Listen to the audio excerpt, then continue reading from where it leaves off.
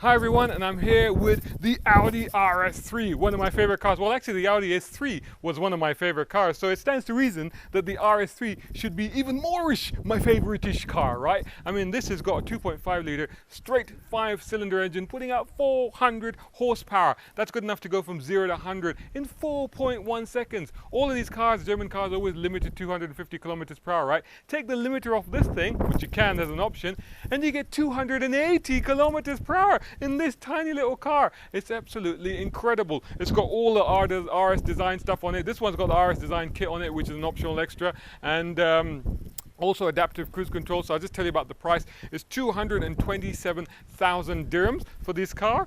Yeah, a bit on the high side considering it's a small car, and like I said, once you put the RS option pack on it and the adaptive cruise control on it and a few other things, it takes it up to this particular car. It's 241,700, so about 242,000 dirhams.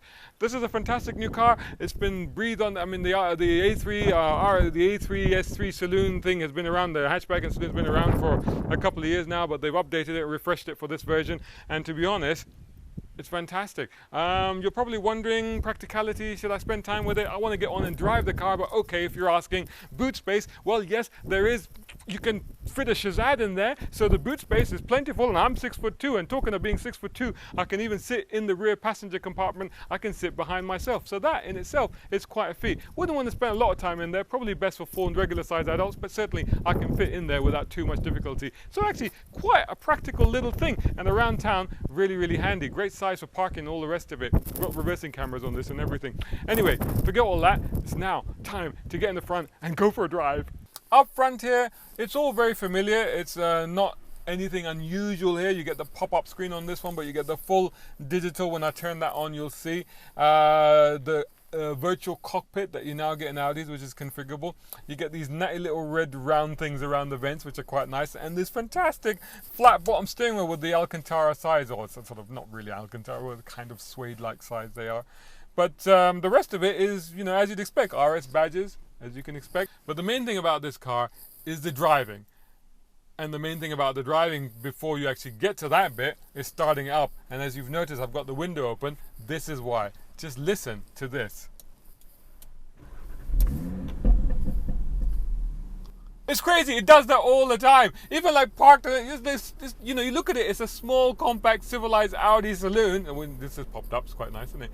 And people unassuming, right? And then you suddenly get in the car and you start up, people are like, whoa, what's that? What have you done? It's got the Audi RS Sports exhaust on it, but even so, it's a bit crazy. Now you can see the full virtual cockpit on it as well. And you get the power and torque dials there as well, which is quite nice. Anyway, like I said, the main, you know, I don't want to be talking about this car too much. I want to be driving it.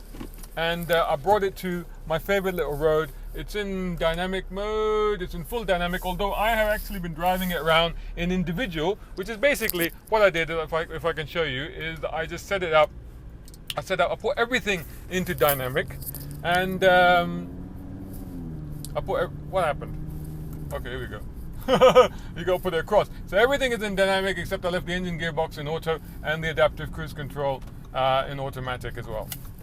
Adaptive cruise control, yeah, you can actually adjust that in here as well. It just makes it a little bit more aggressive and stuff like that if you put it into dynamic. Anyway, that's what we're in. So right now I'm going to go back into full dynamic just for the purposes of this. Here we are, and let's go. Now, whoa!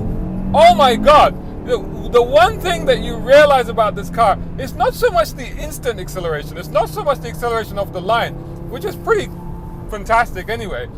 It's the mid-range stuff. It's the punchy torque that you get in the middle there, which is absolutely phenomenal.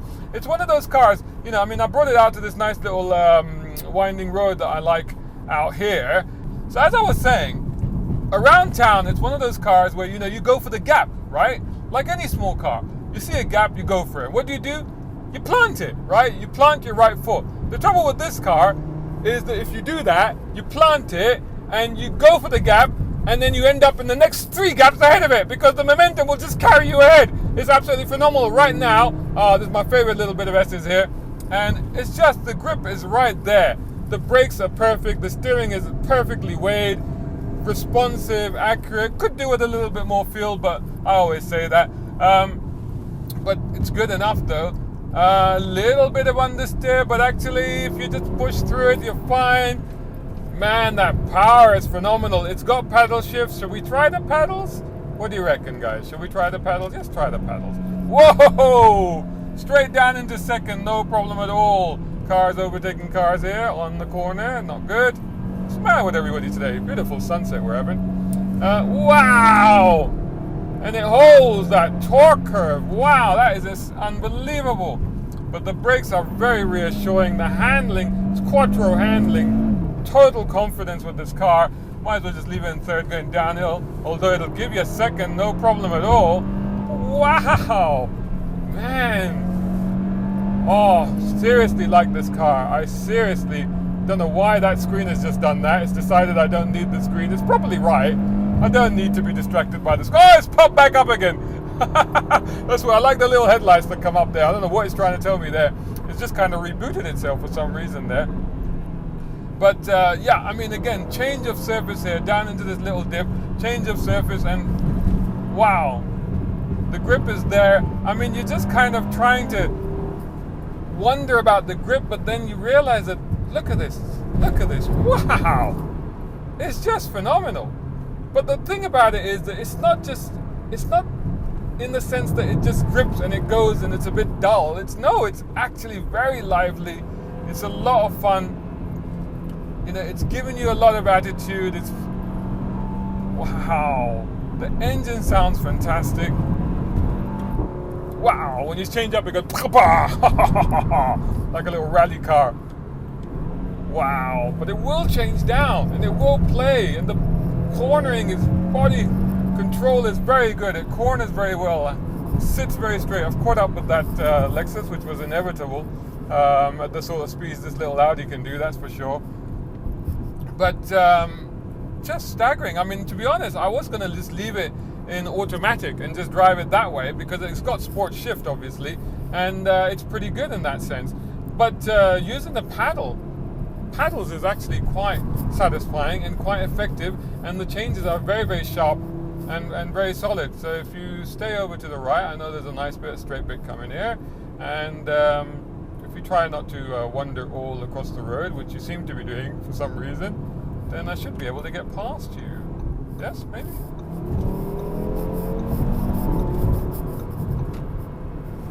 There you go. And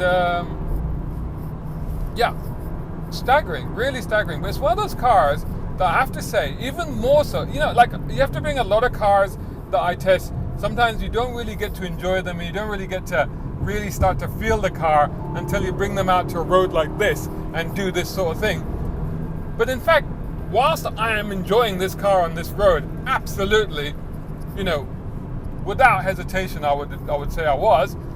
But this is a car that I've been enjoying really. I've had it for over a week now, and I've been enjoying it the whole time. The whole time. In fact, I probably put more kilometers on this car than pretty much any other press car that I normally get for that amount of time, which is quite extraordinary. I think we're coming up to well over 900 kilometers I've put on this car. But driving it back and forth, and even at regular speeds, just because of the kind of character that it's got, the sounds that it makes, the sort of instant response that you get, the sort of darty character and personality that it's got, the very eager style about the car, the very, you know, it just wants to just go for the gaps and duck and dive, and quite an aggressive car. At the same time, you can just go into full comfort mode and drive it properly and economically and get less than 8 liters per 100 out of it, which isn't too bad at all. And even there, it's absolutely fine. So, best of all worlds? Are we having our cake and eating it? Yeah, quite possibly. I mean, the one thing you could say, I mean, yeah, all right, criticism, right? We should get onto criticism. Let's get onto criticism. I know some of you will say, well, no, let's just leave it. No, let's get onto criticism. The ride is pretty firm, pretty harsh, and over anything that's a bit rough or speed bumps or anything like that, you really do feel them, particularly the back. I would feel sorry for carrying the back passengers in this because they would feel everything back there. It can be quite jarring. But then, you know, that's the sort of compromise you make when you get a car with this sort of performance, this sort of level of grip and handling. So we're coming up to a speed bump here. So again, slowing right down, but wow, oh, and the back literally, like, you feel the jolt through your neck. So it's quite substantial. But, you know, that's the sort of car you're getting you should know that when you're buying it. Before you buy it, take it for a test drive.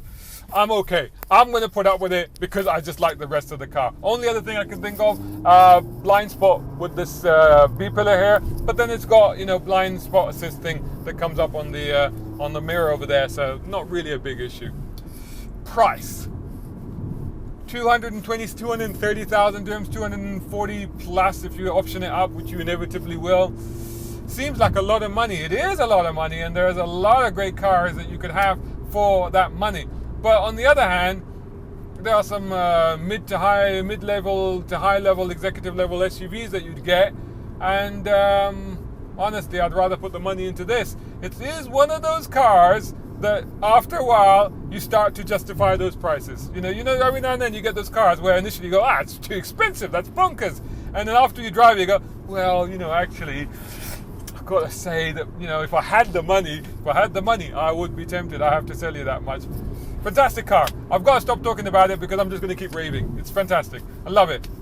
So there you go. There's our review of the Audi RS3. I think it's one of those legendary little cars that is going to be, it's going to go down in the history books of the automotive arena as a special little thing. It's a special little thing, this. And hope you enjoyed that review. Let us know what you thought of the car and the review in the comments below and elsewhere. Do please follow us on motoringme.com, and of course all the social media. That's Facebook, Instagram, Twitter, YouTube. If you're watching this on YouTube, please do like, share and subscribe, and of course follow me. Check me out. Here's my sign. It's just at Shazad Sheikh on Instagram. Come and see me there. Thanks so much for watching. Until the next one. Well, I'm just going to go drive this some more. Oh, wowzers.